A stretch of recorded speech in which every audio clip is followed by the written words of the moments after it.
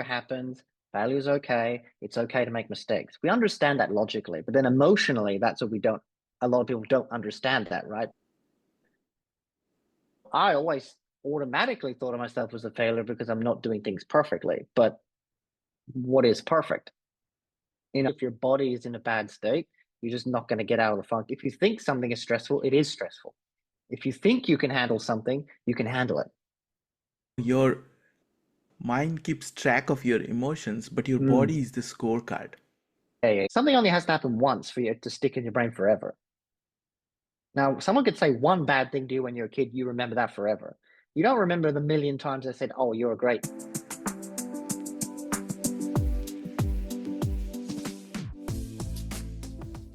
Hello, everyone, and welcome to a new episode of Stories and Stanza. So, today, as our guest speaker, we have Trent Miles from Melbourne, Australia, and we'll be talking in our Fail With Me segment. Trent is a former ESL teacher and now a health advocate, and we'll talk about his Brain and Body Warrior project today. And as you know, that in Stories and Stanza, we talk to writers and creators about their craft and challenges, and also in the motivation, EQ, mental health, and wellness space. So please join me in welcoming Trent. Good morning, Trent. Thanks for having me. And this sounds like a great idea. I love it. Like I said to you before, I love history. I'm a writer and the mental health stuff. So everything about the show fits me perfectly. So it's nice. Wonderful. And I look forward to hearing from you. I'm Yeah. excited that I have a guest from Melbourne. So, Yeah. to all our listeners, this podcast is from Melbourne, but we have a lot of overseas guests from time to time when we don't live that far from one another. So, that's fantastic. Yes, it's that. Yeah. To get started, could you briefly tell us about your background and how you got started in this project? Yeah. My background is in ESL teaching, actually. So I lived overseas for about 7 or 8 years, 1 year in China, about 7, 8 years in Vietnam. So I got a teaching background, which plays well into this. In terms of why I started this project, so I battle all of these issues myself. And in the last sort of 5 years, got very much into learning about the brain and the body and nutrition and biology and psychology, and kind of went down this rabbit hole of learning during COVID that's really transformed my life. And now this project, the Brain and Body Warrior, is kind of a blueprint that I hope that other people can follow or get some sort of knowledge from to sort of take the steps that they need to take to get better themselves. Wonderful. And I wish you best of luck with your Thank you. project. And for those who are joining us for the first time, just as a context, we have this Fail With Me segment where we question failure. Oh. And as a host of this podcast, I can say that I had a few difficult years. And what you just said about brain and body, Mm. I had a feeling that, first of all, I was failing in my relationships, in Mm. I was failing in my career, and I was failing as in my health, Mm. overall wellness. So that is when I decided that I need to find a way out, and that it's not the end of the road, it's something, it's telling me something. So, Mm. which is when I came up with the title Fail With Me. And I intend to Mm. write a book on this. Cool. What I noticed is that when you are going through a difficult period, then, if you look for support and motivation, everything says you are probably doing it wrong and you have to Mm. do certain things to get it right. And to me, that sounded very preachy. And I wanted to create a space where people can open up, talk about it, and then say that failure is not necessarily a bad thing, which is where it kind of evolved into EQ, mental health, wellness, general well-being, all of Mm. that. And it last 1.5 years, it has resonated deeply with my guest speakers and Mm. audience, of course. So the first thing I would like to hear from you, Trent, that you are working in the wellness spectrum, and you are a strong advocate of mental health and everything. So, how does this idea sit with you? What I explained about fail with me. Failure is an interesting one, and I think this sort of fits on this spectrum of. I thought about this a lot in the sense that there's two levels of understanding in life, right? So there's the logical understanding, there's the emotional part. And I think this idea of failure fits in that perfect, where I think logically people understand that, oh, failure happens, failure is okay, it's okay to make mistakes. We understand that logically, but then emotionally, that's what we don't, a lot of people don't understand that, right? Because they feel these very strong emotions when they fail or make a mistake or do something wrong. So this is the problem, I think, with this, which is quite why I quite like this, is the idea of like, how do you go from logical understanding to emotional understanding? And I think this project is a good way to do that. You know what I mean? But you're talking about EQ. This is important in this, right? Because again, you understand the mistakes on a logical level. That's one thing, but you really need to understand something emotionally for it to stick. And I think these kinds of conversations, these kind of platforms are good for getting that emotional side of the conversation, hopefully. Absolutely spot on. Thank you for that. Because I have seen a lot of people mention EQ, Mm, and we say that, we need not be emotional, but when it comes to failure, we often do not think with the logical brain. We think with the emotional mm. brain, which is Oh, yeah. the area where fail with me comes from. And that's what I've Mm. been exploring with my guests so far. So, do you have a personal story to share in this space? This phase. So my biggest problem, or the thing that I faced the most, was kind of this general anxiety about things. Now, this goes back to the whole failure thing, right? Because, and I want to talk about this a bit later with hidden identity, because I think this is an important thing. But my problem was, without realizing it, I sort of thought of myself as not being capable of doing anything, right? And this goes back to the whole failure thing. So I had this problem, and I had this in-baked thing that I needed to be a perfectionist. Put those two things together, that's a really bad combination. So subconsciously, I wasn't trying to do things because I was afraid of failing at them. Now, I wasn't thinking this consciously, but this was a subconscious thing. And this kind of caused this general anxiety that I dealt with for many years, which manifested itself in a lot of different and terrible ways we maybe don't need to get into right now and answering this question, but we can talk about later if you want. I always automatically thought of myself as a failure because I'm not doing things perfectly. But what is perfect? And this is what I've come to realize, like, you can have a goal, you can hit the goal, but if you're in this perfection mindset, you're not going to celebrate when you do it, right? Because you're going to say, okay, let's say you go to the gym, you do a personal best squat, whatever. Maybe I could have pushed harder. Maybe I could have done more. Well, there's always more to do, right? And this is the problem that I had personally with this whole thing of not trying to do things because I thought I was incapable. And again, this causes kind of general anxiety for many years. Thank you for opening up and Yeah. sharing about this. And I ask this to my guests, as in, do they have a personal narrative to fail with me? Because it amplifies the idea Yeah. behind what we are going to talk about. Let's move on to some of your ideas Yeah, sure. in your project. So, what is Hmm. it that you would like to share with our audience today? So basically, what I've started is called the Brain and Body Warrior. So there's three components to this essentially. So what I found is that in order to kind of get out of the funk you're experiencing, you talk about the dark years that you had. I've had some dark years myself. I think what I found in order to get out of that funk, there's three things you really need to focus on. First is getting your biology right.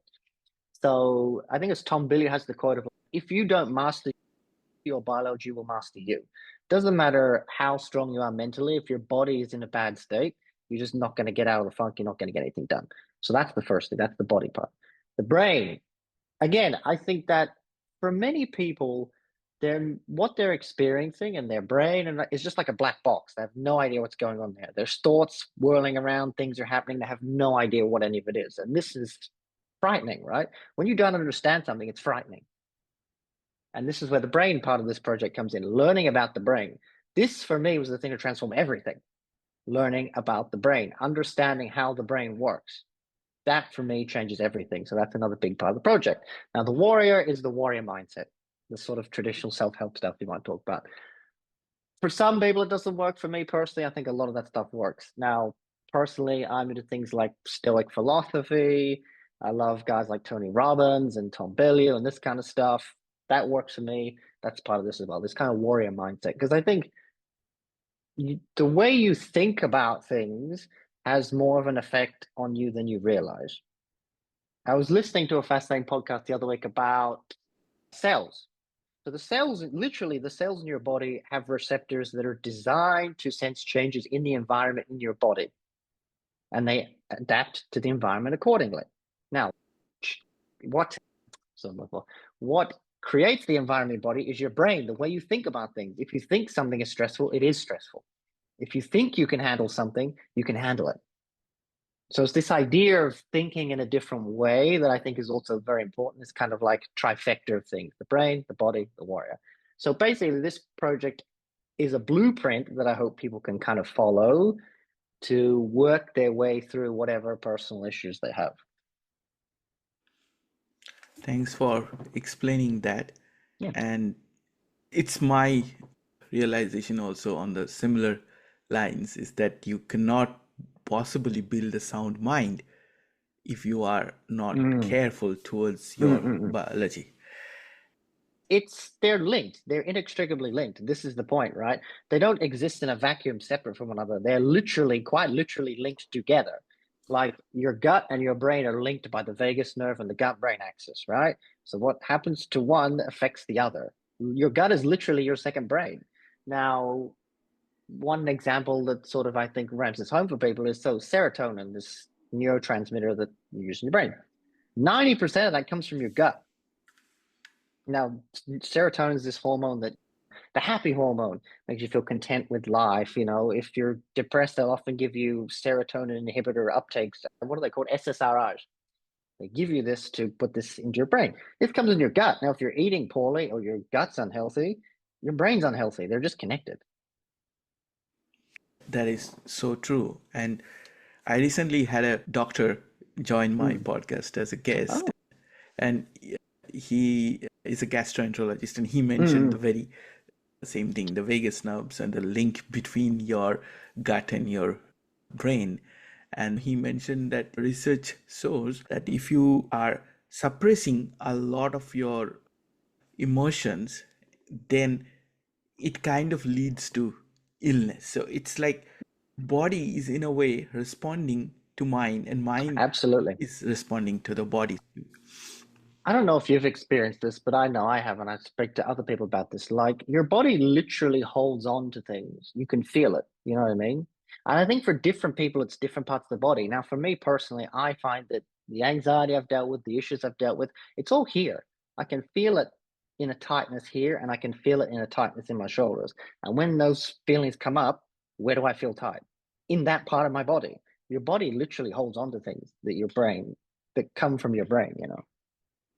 Yes, I can totally relate to that. And Mm. how I would explain is like a couple of years ago when I was kind of going through this bad phase, and for I think about 1 to 2 years, I didn't travel anywhere.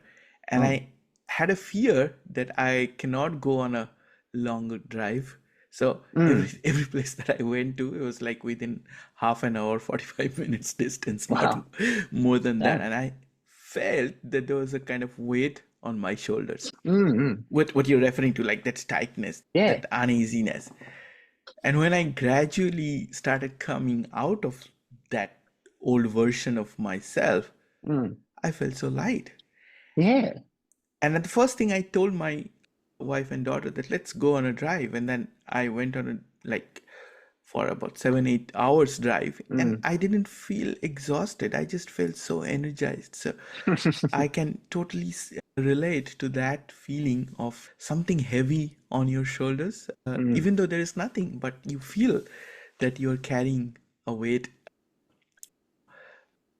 There's a great book I haven't read yet, but I'm planning to. I think it's The Body Keeps Score or The Body Keeps Track or something. It's by a Dutch or Danish scientist who talks about how literally the body holds on to things, trauma and all these things you experience. Your body literally holds on to them. Now, it's, again, different people, it manifests in a different way. But I think this is also part of what you're talking about is if you can, if you're aware of that and you can identify that and you can identify why that happens, that's where the magic happens. Because then you can Yes. start to go, okay, I feel this. Why do I feel this? Let's backtrack. Because I do that now. Where if this feeling of tightness comes in my jaw or in the shoulder, like, okay, wait, back to truck up. What just happened? Hmm. Where did that come from? What was I thinking before that happened? Oh, I was thinking, there was part of me thinking, oh, you can't do this. You're useless. All the stuff that used to repeat in my head all the time that I wasn't aware of. Now I'm aware of it. Oh, okay, cool. Is that true? Not really. I just had a bad moment. Cool, let's move on. Yes. I'll mention a book here. Uh, have you read Lisa Feldman Barrett, How Emotions Are Made? No, I have not. I'll Okay. have to write I, that I'll, down. I I'll love send reading, so I'll write that down. Yeah, I'll, send I'll that to send me. you the book reference, and Yeah, please do. yeah, and also a podcast in which she appears and talks about Oh, how cool. emotions are made. So she did a lot of research. So the book Mm, is very interesting, as in mm, it just goes into all the research she has done, understanding emotions, how mm. our brain operates. So I thought it might be Oh, of yeah. interest to you. Absolutely. That's good. I'm a big fan of that book, and I recently listened to her podcast. I was kind of searching where she has Mm, spoken, and it came up, and she mentioned the same thing. Your mind keeps track of your emotions, but your mm. body is the scorecard. Yeah, yeah, yeah.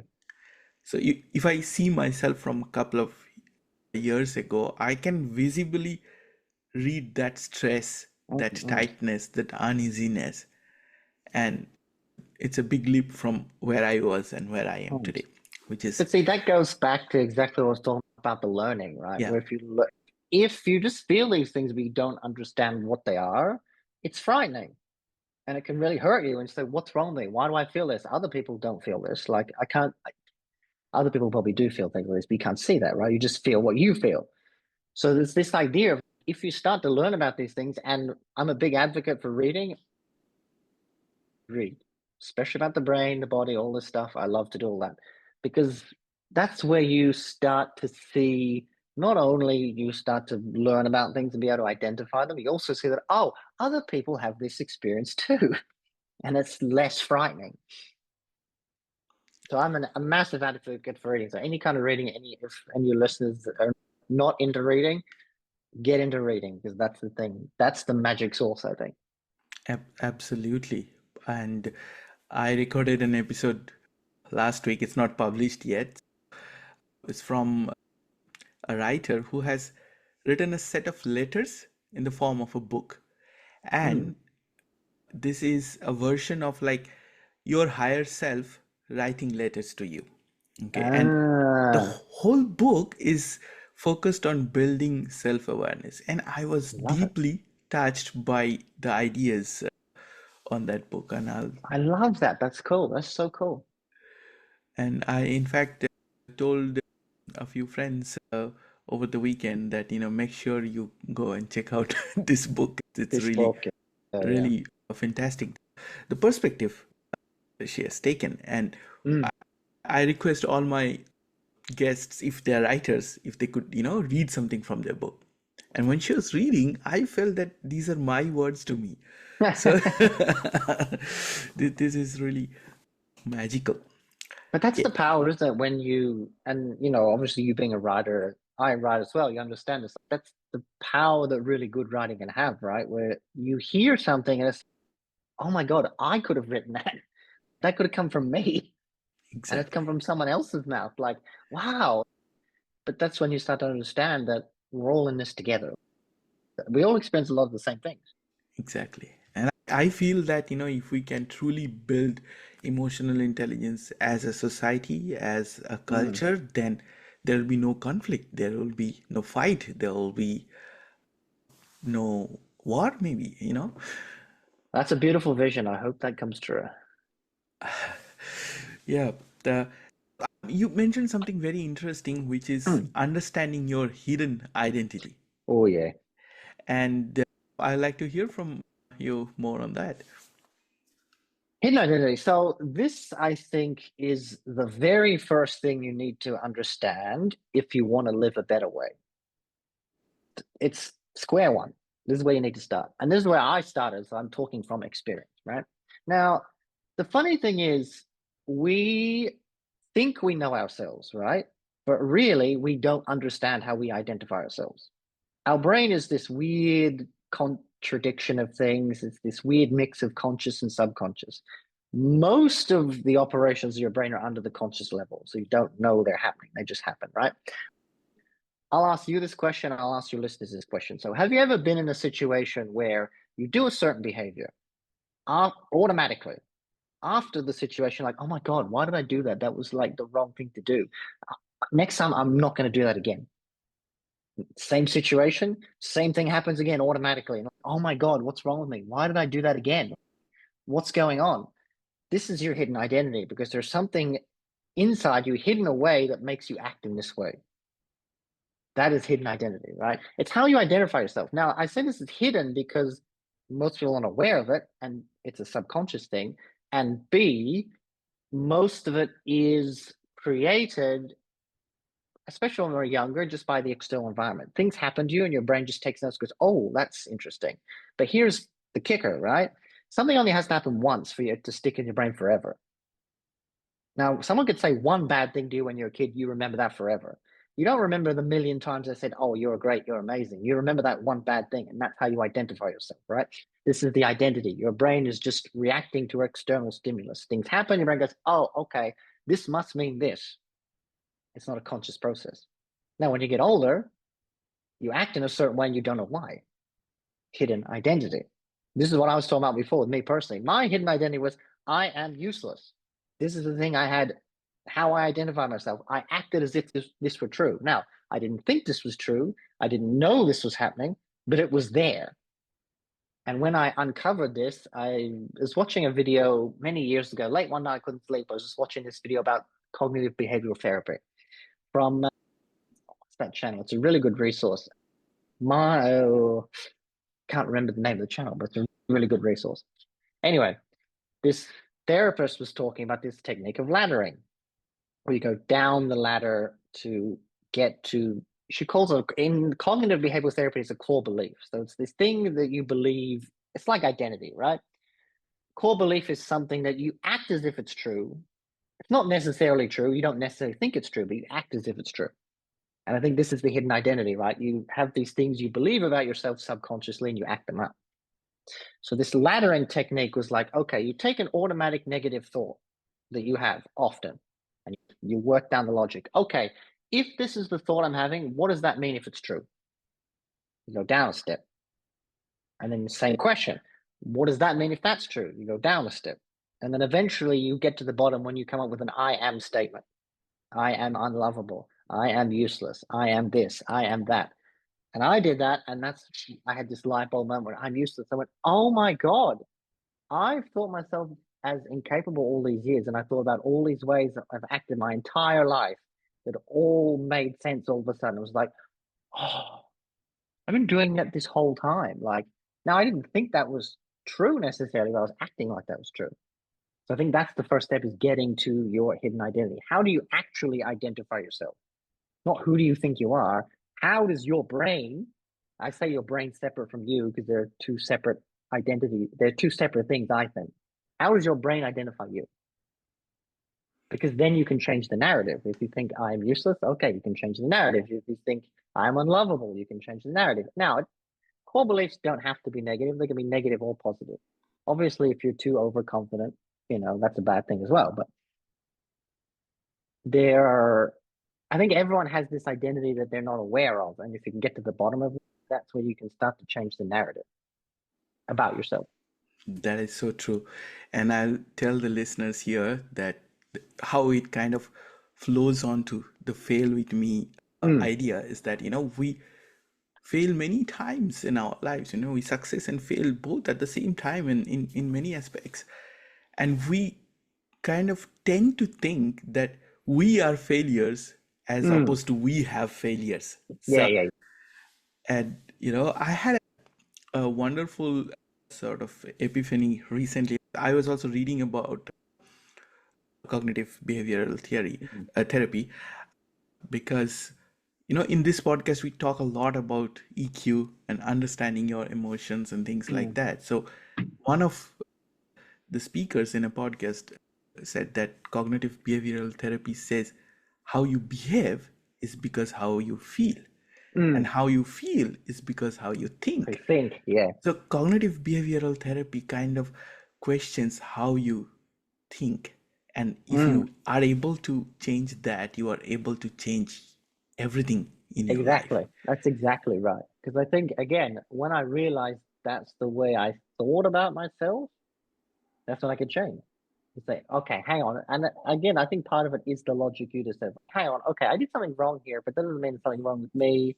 I just made a mistake in this situation or this context, or I just failed in this context. It doesn't apply to everything, all that. We are talking about the brain and the body connectivity, yes, and there are different ways to understand and Mm. explore that.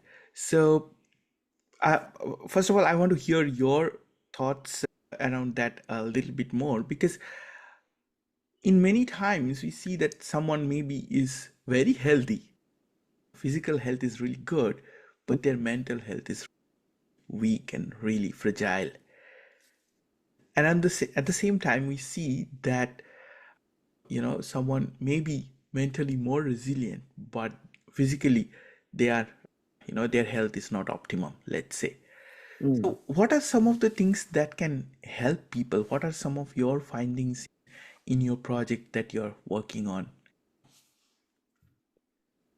So I think there's about 7 or 8 things that I've personally found that have made the biggest difference. Now, again, this is all about how interconnected everything is, right? So again, we tend to think of mental health as kind of a vacuum. There's something wrong with my brain, my thoughts, the way I think.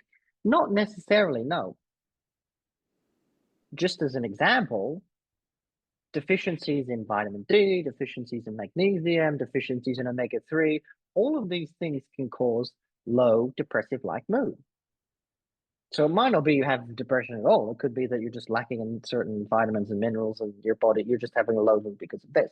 So all these things are connected. And obviously, the way you think is also very important. But as we talk about, first one, find your hidden identity. That's absolutely the square one where you got to start. Because if you don't understand your hidden identity, you can't make any progress beyond that. So let's say you have the problem that I had, where you think, I'm useless, I'm incapable, nothing works for me, I'm never going to get better, whatever the thought is, right? If you have that thought, you could try everything, nothing's going to work. You could literally do everything and nothing's going to work. Or you're just like, I've tried everything and nothing works. Well, no, you haven't tried everything because something must work somewhere. So there's that. First one, hidden identity. Second, nutrition. I think this is probably the biggest issue we are facing in maybe global society, but at least Western societies right now, is just poor nutrition. Eating food that has little nutritional value, eating food that comes out of depleted soil, it's depleted of key nutrients. Like magnesium, as an example, to go back to that, I think it's like somewhere between 300 and 600 processes in your body require magnesium. A lot of them are related to relaxing, sleep, and your brain, being able to calm yourself down.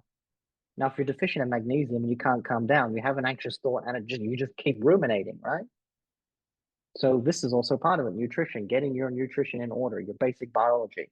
If your body doesn't have the right building blocks, it's going to build something suboptimal, basically. Sleep is another one. I think this is pretty obvious. There's been a lot of talk about this in the last sort of 5, 10 years. Optimal sleep is critical. And again, people are getting by on less and less sleep as things go on. We're having a sleep crisis, basically. You know what I mean? So there's also that. What else? So we're going back to what we were talking about before about the understanding where you feel things in your body. I think this is where some sort of mindfulness or meditation practice or some sort of breathing practice really comes into the fore, because it's not until you start to just be with yourself and switch off everything else around you that you start to notice and feel these things. So, as an example, with the stuff I was talking about before, about I feel the tension in my jaw. If I feel angry or anxious or stressed, it's always right here. Now, I didn't notice this until I took the time to sit down, do a mindfulness practice, and all of a sudden it's like, oh, I can feel it all here. Ah, so I think that also comes into as well. And obviously, these things just like biologically calm you down as well, right? Meditation, breathing practices, resonance, coherency breathing, which is one thing I do, this kind of stuff. What else? I can't think of it. Learning about the brain we talked about. Yeah, I think, oh, this is the other one. Learning how to talk to yourself. I think this is also the key, right? Now, I don't think I've ever met a person who doesn't struggle with that. The human brain, we are the product of hundreds, maybe thousands of generations of survivors, right? People who survived long enough to have kids and so on and so forth. Now, these people, these survivors, a lot of them would have dealt with some of the worst situations you can imagine. They're geared to survive, but survival is a negative thing, really. It's waking up and going, okay, what could kill me today? It's not waking up and saying, oh, what's wonderful in the world? The human brain is wired to be negative, which is a bit of a problem. I never met anyone who doesn't have a problem with negative self-talk. We all do it, right? But I think it's learning how to talk to yourself. So I'll give you an example. So you're talking about a recent epiphany. This is something that happened to me recently. I was in the gym maybe 2 or 3 days ago in the squat rack. Now the squat rack is in my particular gym, is very confronting because it literally looks right at the mirror. So you're literally looking there, looking at yourself in the mirror while you're doing it the whole time. It's just, yeah, it's very hard to deal with sometimes. But I'm doing this exercise and my brain's all this sort of stuff. You can't do this. Stop. This is hurting. That you won't possibly finish this. This is too hard. You can't do this. Blah blah blah. I said no, no, no. Wait. I literally just looked at myself in the mirror. I said, whatever you say, I'm still going to do this anyway. So either help me or get out of my way. And I think when you talk to yourself in this way, your brain takes notice. Strong emotions create this reaction in your brain. When you react in a certain way, your brain takes notice. It goes, oh, wow. Because your brain is wired to look for these patterns all the time. So if you change the way you talk to yourself or the self-talk, now again, you're always going to have negative self-talk that doesn't go away ever. You're just going to have that as an automatic first response to anything. Anytime anything bad happens to anybody, they will go, this is shit. I don't like this. This is hard. But it's the next thought that you can make positive. So hang on. In the past, I did this and this. I can do this. Or, okay, I can't do this yet, but with practice, I'll get there. To change the way you talk to yourself. And I think the last thing to realize about all this is, and maybe the most important thing, your brain at any age can literally rewire itself. Now, it's obviously much more capable of doing that when you're much younger, but even when you're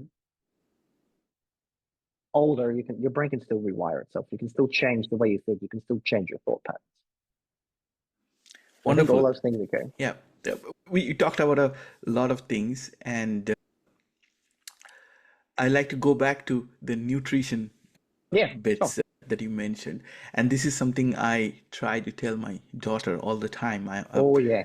I have a growing daughter. She's 12 now. 12. Oh, okay. Yeah, Congratulations. thank you.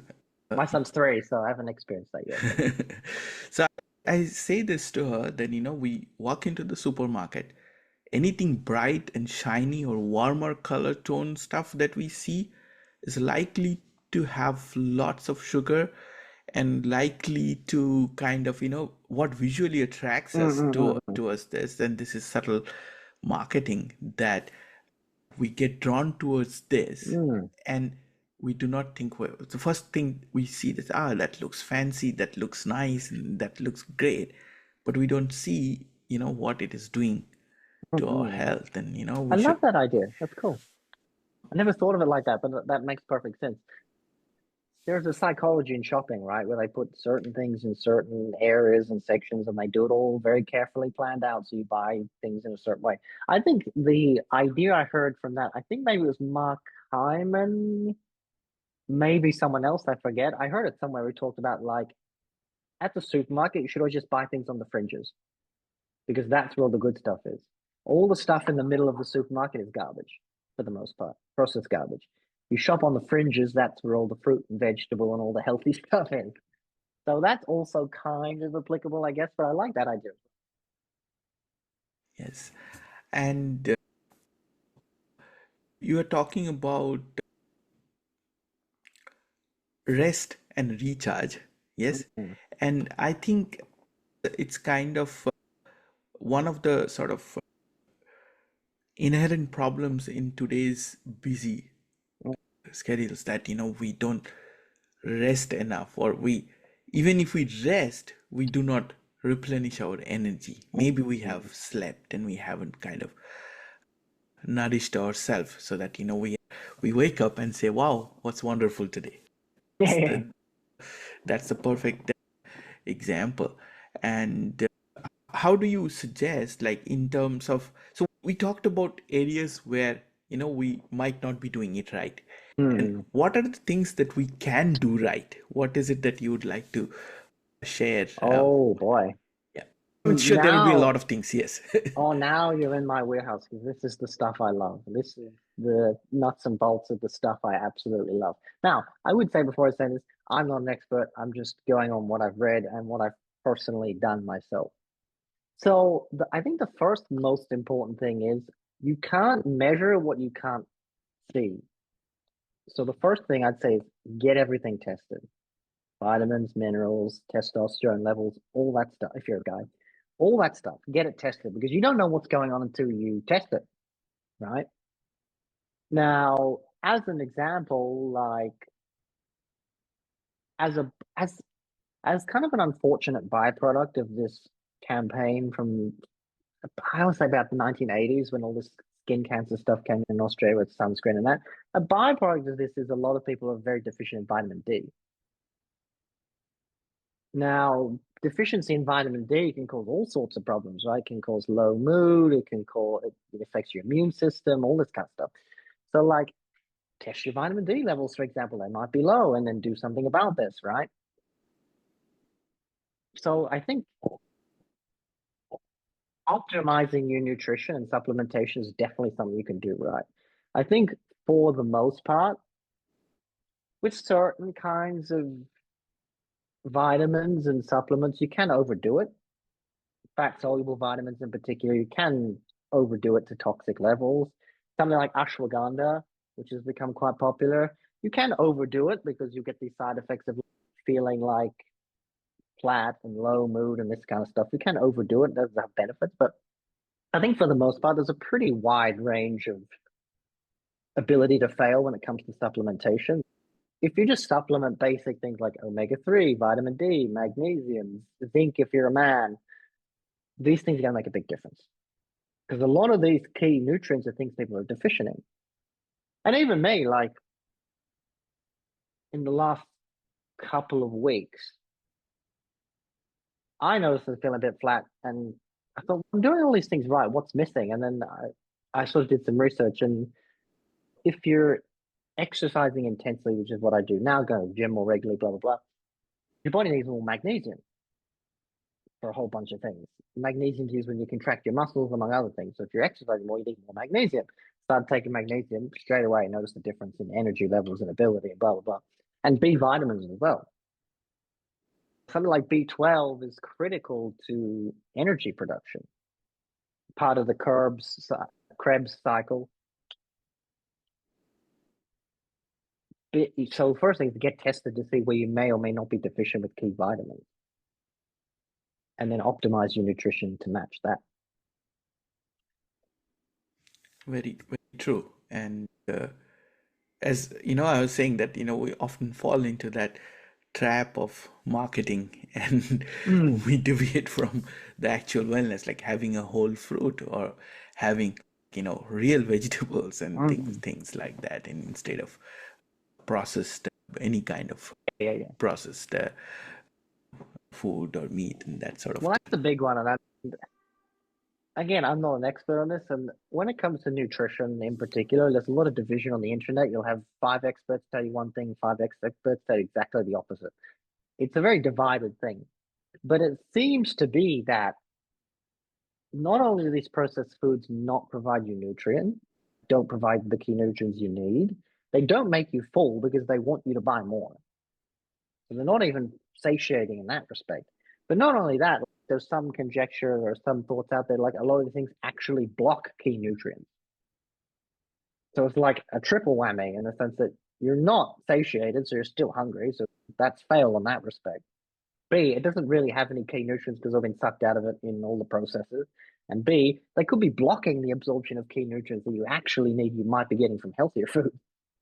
So it's like, Yes, very true. Very true.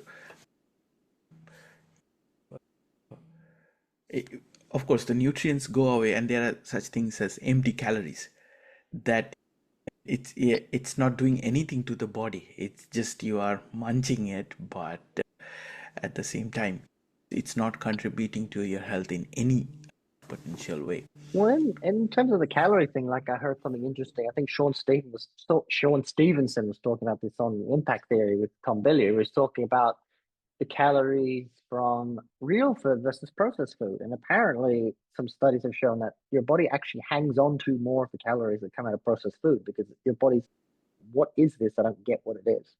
So it hangs on to more of these calories. So you actually burn less calories when you eat this food as well because your body tries to hold on to more of it for some reason. I think we have covered a lot of interesting details. I'll come coming towards the end of it Yep. and wanted to touch base now around mindfulness and breathing practices. So Mm, you mentioned that briefly during our conversation. Now, we are in a daily life cycle. We often do not mm, have time to pause or stop or come out of, our autopilot in many things. And mm. what are your thoughts around mindfulness and breathing practices and things like that? So in terms of the time, do you not have 1 minute? Like this is, I think, so I'll give an example of something I just started doing, and whether this has any actual benefit, I don't know, but I feel the benefit, let's say. So my son's 3 years old. When he needs to go to the bathroom, I need to keep an eye on him. Now he's in there by himself, shut the door, whatever. But I need to be ready when he's just say, Dad, I'm done. Come in. There's Dad, I need to go to the bathroom. Okay, cool. Put him in there, wait outside. Are you done? Are you done? Now, it might take 2 minutes, 3 minutes, right? Now, I could spend that time scrolling on my phone if I wanted to, and probably have done that in the past. So recently, I was like, I'm just going to spend, whether it's a minute, whether it's 30 seconds, whether it's 2 minutes, just shut my eyes, breathe, meditate. If you can find those points in your day, I believe that, now I haven't looked into this, but I'm pretty sure I heard this somewhere. I believe that even a minute or 2 minutes of meditation has been shown to be beneficial in the science. So it's not like you need to do it for 45 minutes or an hour. But I think this is what most people think, right? They think, oh, if I don't have 45 minutes to do it, forget about it. You can do it for a minute, 2 minutes, 10 minutes. The yoga nidra practice that I do is only like 15 minutes. I just get up first thing in the morning, 5:30, put it on, do it, done. But if you don't even have that time, just a few minutes here and there. I think in Brendan Bouchard's book, mm, High Performance Habits, I think it is, he talks about this where it's like when you move from one task to the next, just take a minute, stop, breathe. I think the mantra is, let go. So you're letting go of the thing you did before so you can more effectively do the next thing. So you can just do it in a couple of minutes. It doesn't take forever. I think this is the thing. And as much as I hate to say this, I think sometimes people use the I don't have time as an excuse not to do something because it's easier. I don't have time to do it. But then you look at their phone and they're spent 5 hours on Facebook. Yeah, don't have time, huh? Okay. So there's that as well. I think if you genuinely don't have time, a couple of minutes is going to make a difference. Even just a couple of minutes is going to make a difference. I mean, the second thing I would say is, and I've read about this in Arnold Schwarzenegger's book, Be Useful, where he's talking about find your place. Find a place where it's just you by yourself, ideally for 10 or 20 minutes or whatever at a time, where you can just let your thoughts roam free. For me, I got a little home sauna at the back here, just like a little tent setup thing I bought online. It's like a couple $100. I just sit in there for 20 minutes a day when my son's gone to bed, my wife's, watching her phone. I just sit there by myself and just that makes a big difference. So even a short time makes a big difference in that case, I think. But like most of the most successful people on the planet, you will find now, especially these days with all science have come out about it, meditate. If Tom Bilyeu, for example, entrepreneur, founded Quest, he works 90 hours a week. If he's got time to meditate, which he does every day, that's his big thing, you've got time to do that surely somewhere, I think. Very, And I very mean, well said. it's Yeah. just, yeah, and even short breathing practices and things like can change your biology. It's like one of the easiest things you can do to change your biology instantaneously is just breathe in different patterns. Now, there's hundreds of different breathing patterns you can do, but you know, That is very true. And I was just referring to the doctor who was on my show, and he mm, said something very similar that sometimes he has got 30 or 40 patients waiting in the OPD for him, and mm. he used to get stressed about it. But then he reduced his meditation time even between two patients, if it is even just for a few seconds, isolates himself from the world and he just grounds himself. And then he says, even a minute, even a few seconds, that's good That's right. It enough. makes a big difference, right? This is the thing. I think people, going back to the whole success thing, success and failure dynamic this podcast is kind of built on, right? Yeah. Most people sort of think, oh, if I can't do something perfectly for, a long length of time, forget about it. People are never satisfied. Like, I'm just going to do a minute here, a minute there, 5 minutes here, 5 minutes there. It just doesn't work because it doesn't fit into this whole success dynamic, right? But doing small things consistently makes a big difference. Okay. Wonderful. And you have created a newsletter for Yes. your project. And also, just to summarize anything for our audience today, Yeah. Yeah. is there something you'd like to add? Yeah. So at the moment, this is a sort of a multi-stage project. It's going to be a blog, and then beyond that, who knows? But at the moment, it's just an online newsletter. Twice a week, Monday musings, which is just my thoughts on a book, a quote, and a question to ask yourself, and then the Thursday, which is the brain, the body, the warrior. So it's three sections. Each one is about the things you mentioned. So the brain is talking about subjects of learning about the brain. The body's learning about how the body operates, and the warrior is kind of this warrior mindset that we talked about before. So yeah, that's why I'm here is to talk about this, to grow this. So yeah, please, if anything I've said today is of interest, Substack, Brain and Body Warrior, sign up to the email. There's an Instagram page, same thing, Brain and Body Warrior. Wonderful. And for the listeners, we'll put the episode description, which should have all the links. Oh yes, And please do. That would be perfect. yes, if you like Trent's ideas, please follow him and help him build this project. That would be fantastic. Yeah. Yes. And thanks, Trent, for taking the time to Thank you talk very to much. Stories and Stanza. We loved, talking to you, exchange ideas. And I like that, it kind of speaks to the core theme of Fail With Me so well. And yeah, thank you once again. Yeah, thanks very much for the opportunity.